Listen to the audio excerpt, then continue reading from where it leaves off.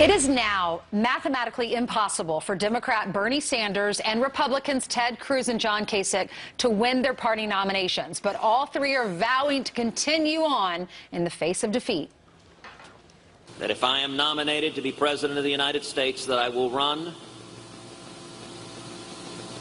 on a ticket with my vice presidential nominee, Carly Fiorina. I've never told them not to vote for me. They ought to vote for me. That I'm not over there campaigning and spending resources. And let me also make it clear so that there is no confusion.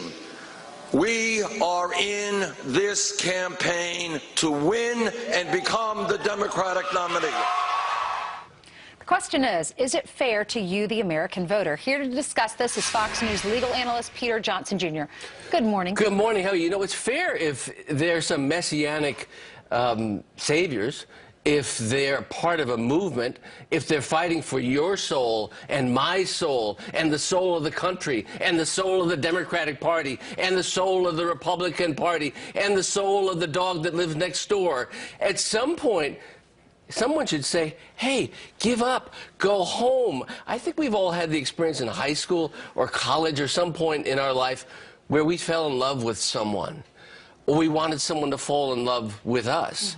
You knew you had to give up? These folks have fallen in love with the White House, but the folks who can send them in the White House have not fallen in love with them, and they're dating 3 or 4 other people. And someone should tell these candidates that they're not going to get a date, they're not going to get an engagement, they're not going to get married.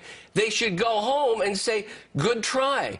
So, following the example of Al Gore now, we've all become litigants. We've all become contestants now. We've all become winners, even though we haven't won. This is a new alternate reality. There's a path to victory for me.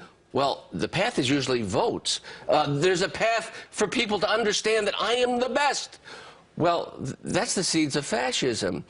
We are a republic. We are involved with winners and people saying this is a solution, this is an answer, you have the votes, you don't have the votes. If you don't have the votes, you can come back the next time. But to say, well, I'm going to get up and sing now, and I'm going to enter into a World Wrestling Federation alliances, and then I'm going to pick a vice presidential candidate when I'm losing, and this is a movement, and I'm going to go all the way to California that Bernie Sanders says, what are we talking about? What are we saying to ourselves, and what are we saying to our children? What are you going to say to your blessed little baby? You say, okay, once you've lost, honey. Right, right. There's a lesson in that. But what do you say to the voter who says these guys have every right to stay in the race all the way to the convention? Yeah, they do have a right to stay in the race, and that's part of America, too. But it's also part of maturity. It's also part of leadership. We have great examples in our American history where people have walked away. Al Gore didn't walk away when he should have. Richard Nixon walked away for the national good in 1960, even though he thought it was a suspect election. But now we have a bunch of people who believe that they should get a ribbon, that they should get a trophy. We tell our children every day on television, we're so sanctimonious, you know, everybody doesn't win. Everybody's not a winner. But they think they can all be winners, but their ambitions should not hold America hostage. Everyone should get a trophy. Peter Johnson, Jr., thank you so much for being here.